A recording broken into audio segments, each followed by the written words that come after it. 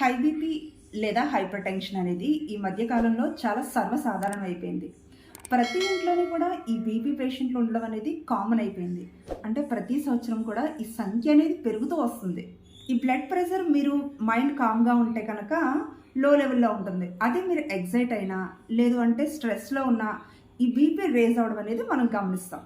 ఇదంతా కూడా మన సింపథిక్ నర్వస్ ఎక్కువగా యాక్టివ్గా అంటే నార్మల్గా కన్నా ఎక్కువ యాక్టివ్గా వర్క్ చేయడం వలన మనకి బ్లడ్ ప్రెషర్ అనేది రేజ్ అవ్వడం జరుగుతుంది. ముఖ్యంగా దీనికి కారణం ఏంటంటే మన మోడర్న్ లైఫ్ యొక్క స్పీడ్ ఇంకా మోడర్న్ లైఫ్ స్టైల్. ఈ హై బీపీ లేదంటే హైపర్ టెన్షన్ అనేది కాన్స్టెంట్గా లాంగ్ టైం ఉన్నట్లయితే కనుక అది ఏమవుతుంది అంటే మన ఆర్టరీస్లోని కాన్స్టెంట్గా ప్రెషర్ అనేది ఎక్కువైపోవడం, దాంతో మన వైటల్ ఆర్గన్స్ కానీ మన బ్రెయిన్ కానీ ఇంటర్నల్గా డ్యామేజ్ అయ్యే అవకాశం ఉంటుంది. ఈరోజు వీడియోలో నేను హైపర్ టెన్షన్ తగ్గించుకునేటువంటి ఆసనాస్ ఇంకా ప్రాణాయామం రెండింటినీ కూడా మీకు ఇంట్రడ్యూస్ చేస్తున్నాను. అంటే స్పెసిఫిక్ ఆసనాస్ చేయడం వల్ల ఈ హైపర్ టెన్షన్ని కంట్రోల్ చేయడానికి ఇంకా మీ వైటల్ ఎనర్జీని పెంపొందించుకోవడానికి మీకు ఉపయోగపడడం జరుగుతుంది. పర్టికులర్ ప్రాణాయామాస్ ఏ విధంగా చేయాలి అనేది మీరు తెలుసుకుని చేసినట్లయితే కనుక మీకు ఏ విధంగా హై బీపీ యొక్క డ్రగ్స్ ఏ విధంగా ఉపయోగపడతాయో అంత సేమ్ ఎఫెక్ట్ మీకు ఈ ప్రాణాయామాస్ వల్ల మీకు జరగడం జరుగుతుంది. ఒకప్పుడు ఈ హైపర్ టెన్షన్ అనేది ఒక 60 ఇయర్స్ దాటిన తర్వాత వస్తూ ఉండేది. కానీ ఇప్పుడు వయసుతో సంబంధం లేకుండా ఎర్లీ ఏజ్లోనే మనకి ఈ హైపర్ టెన్షన్ ఎఫెక్ట్ అవ్వడము, తద్వారా మనం హై బీపీకి ఎఫెక్ట్ అవ్వడం అనేది జరుగుతుంది.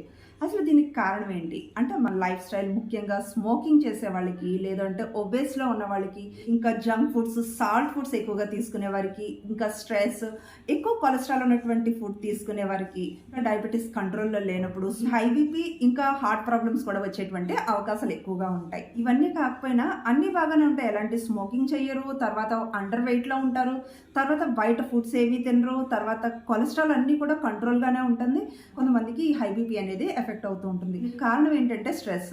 ఈ స్ట్రెస్ ఒక్కటే సరిపోతుంది. ఇవన్నీ ఏమీ లేకపోయినా కూడా మనకి హై బీపీ కానీ, లేదంటే హార్ట్ ప్రాబ్లమ్స్ కానీ, లేదా హార్ట్ అటాక్స్ కానీ తీసుకురావడానికి ఈ స్ట్రెస్ను మనం తగ్గించుకున్నట్లయితే కనుక మనం చాలా హెల్త్ ప్రాబ్లమ్స్ మనకి రాకుండా మనల్ని మనం కాపాడుకోవడానికి అవకాశం ఉంటుంది. హై బీపీ యొక్క సిమ్టమ్స్ కానీ మీరు గుర్తించినట్లయితే కనుక విధంగా డాక్టర్ గైడెన్స్తో మీరు యోగా కూడా స్టార్ట్ చేసినట్లయితే కనుక చాలా తక్కువ సమయంలో మీ హై బీపీ అనేది నార్మల్ రేంజ్లో ఉండడం అనేది జరుగుతుంది. తర్వాత మీరు మెడిసిన్స్ కూడా వాడకుండా కేవలం యోగా మీద కూడా మీరు డిపెండ్ అవ్వచ్చు. కాకపోతే ఇదంతా కూడా మనం డాక్టర్ గైడెన్స్లోనే చేయవలసిన అవసరం ఉంటుంది. కాబట్టి మీరు ఫస్ట్ చేయవలసింది ఏంటి అంటే బ్రీతింగ్ ప్రాక్టీసెస్.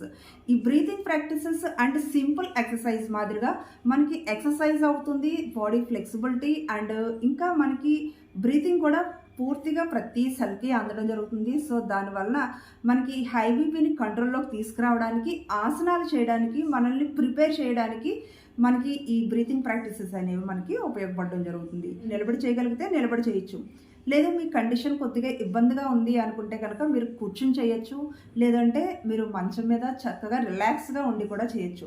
ప్రాక్టీసెస్ మీరు బీపీ హై రేంజ్లో ఉన్నప్పుడు కూడా మీరు రిలాక్స్గా కూర్చుని చేయొచ్చు. దానివల్ల మీకు మెడిసిన్స్తో పాటు ఇది కూడా మీకు చాలా సపోర్ట్ అనేది ఇవ్వడం జరుగుతుంది. ఇంకా 2 చేతులు ముందుకు చాపాలి. ముందుకు చాపి ఇన్హేల్ అవుతూ 2 చేతుల్ని కూడా మీ షోల్డర్ లెవెల్లోకి తీసుకురావాలి. మళ్ళీ ఎక్సేల్ అవుతూ ముందుకి తీసుకురావాలి. ఈ విధంగా మీరు ఒక 3 to 5 టైమ్స్ చేయడానికి ప్రయత్నించండి. ఓకే, తర్వాత 1 నిమిషం రిలాక్స్ అయ్యి సెకండ్ వన్ నెమ్మదిగా 2 చేతుల్ని కింద నుంచి నెమ్మదిగా అప్వర్డ్ మూమెంట్కి ఇన్హేల్ అవుతూ పైకి, ఎక్సేల్ అవుతూ చేతులు 2 కిందకి తీసుకురావాలి. డీప్ ఇన్హలేషన్స్, డీప్ ఎగ్జలేషన్స్ చేస్తూ ఉండాలి. మీరు ఒక 3 to 5 టైమ్స్ చేయడానికి ప్రయత్నించండి. 2 చేతుల్ని లాక్ చేసి మీ చెస్ట్ లెవెల్ నుంచి నెమ్మదిగా 2 చేతుల్ని ముందుకు స్ట్రెచ్ చేయాలి. పూర్తిగా గాలి తీసుకోవడానికి ప్రయత్నించండి. మళ్ళీ ఎక్సేల్ అవుతూ 2 చేతుల్ని దగ్గరికి తీసుకొస్తారు. ఈ విధంగా 3 to 5 టైమ్స్ చేయడానికి ప్రయత్నించండి. ఎక్కడ కూడా స్ట్రెస్ తీసుకోవద్దు, చాలా రిలాక్స్గా మాత్రమే చేయడానికి ప్రయత్నించండి. తర్వాత మీ 2 చేతుల్ని మళ్ళీ లాక్ చేసి మీ ఫోర్ హెడ్ లెవెల్లోకి ఇన్హేల్ అవుతూ పైకి తీసుకురావాలి చేతులు, ఎక్సేల్ అవుతూ మళ్ళీ దగ్గరగా చెస్ట్కి దగ్గరగా తీసుకురావాలి. ఓకే, నెక్స్ట్ వన్ మళ్ళీ ఇన్హేల్ అవుతూ 2 చేతుల్ని పైకి, ఎక్సేల్ అవుతూ మళ్ళీ మీ చెస్ట్ దగ్గరగా తీసుకురావాలి. ఈ విధంగా 3 to 5 టైమ్స్ చేస్తారు.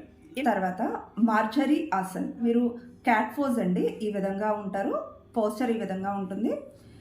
బ్రీతింగ్ పైన మీ ఫోకస్ ఉంచండి. ఇన్హేల్ అవుతూ పైకి తల పైకి లిఫ్ట్ చేయాలి. ఎక్సేల్ అవుతూ తల డౌన్ చేయాలి. మీ స్పైనల్, మీ బ్యాక్ పార్ట్ యూ షేప్లో వచ్చినట్లుగా రావాలి. ఈ విధంగా 3 to 5 టైమ్స్. నెక్స్ట్ వన్, నెమ్మదిగా శవాసన్ పోస్టర్లోకి రావాలి. సేతు బంధాసన్ పోస్టర్లోకి రావాలి. 2 కాళ్ళు ఫోల్డ్ చేయాలి. 2 కాళ్ళు ఫోల్డ్ చేసి చేతులు 2 నేలపైన ఉంచాలి. ఇవి కంప్లీట్ బ్రీతింగ్ ప్రాక్టీసెస్. ఎక్కడ కూడా ఎలాంటి స్ట్రెస్ తీసుకోవద్దు. ఇన్హేల్ అవుతూ బ్యాక్ పార్ట్ని లిఫ్ట్ చేయండి. ఎక్సేల్ అవుతూ స్టార్టింగ్ పొజిషన్కి రావాలి. మళ్ళీ ఇన్హేల్, ఎక్సేల్ అవుతూ డౌన్. రిలాక్స్ అవ్వండి.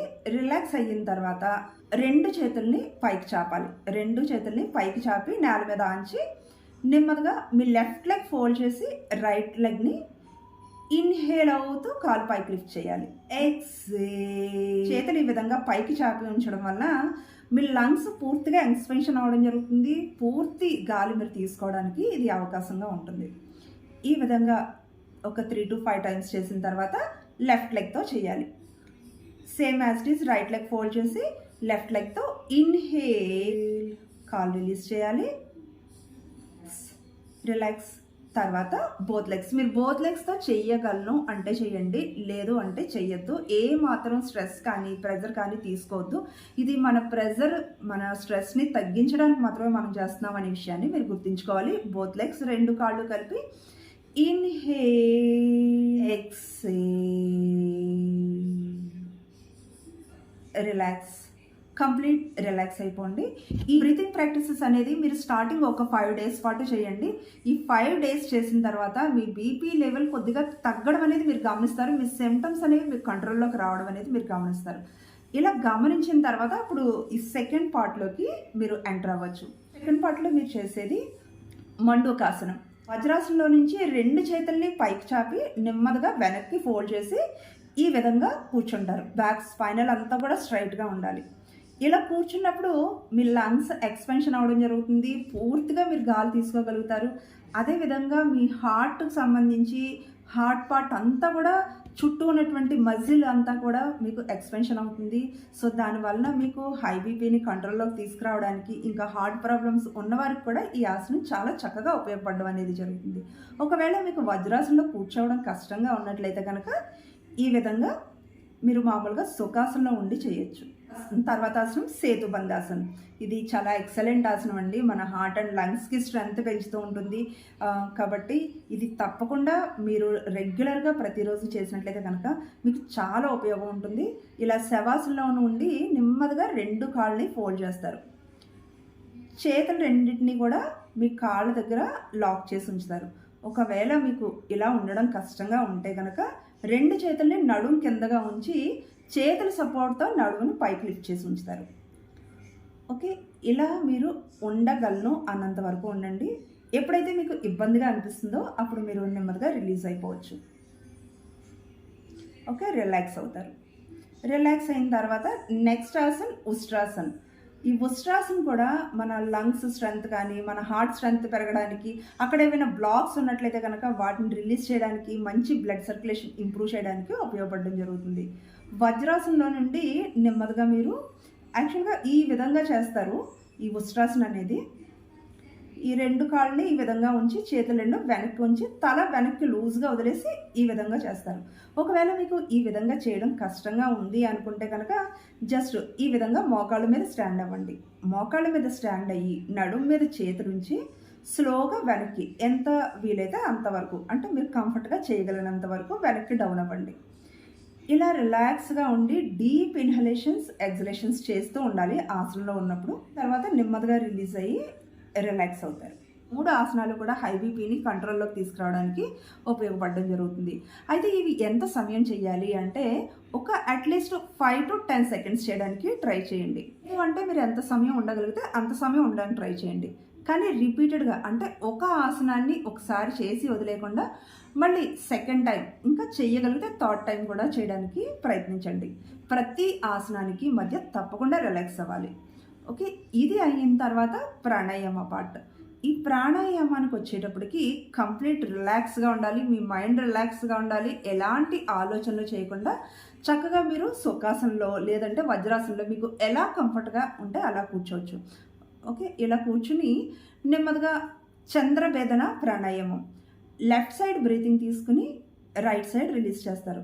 ఈ చంద్రవేదన ప్రాణాయామం చేయడం వల్ల మీ పారాసింపథిక్ నర్వస్ యాక్టివ్ అవ్వడం, సింపథిక్ నర్వస్ యొక్క యాక్టివేషన్ని తగ్గించడం జరుగుతుంది. హై బీపీని కంట్రోల్లోకి తీసుకురావడానికి, టోటల్ మన సింపథిక్ సిస్టమ్ అంతటినీ కూడా కూల్ చేయడానికి ఈ ప్రాణాయామం అనేది మనకు చక్కగా ఉపయోగపడుతుంది.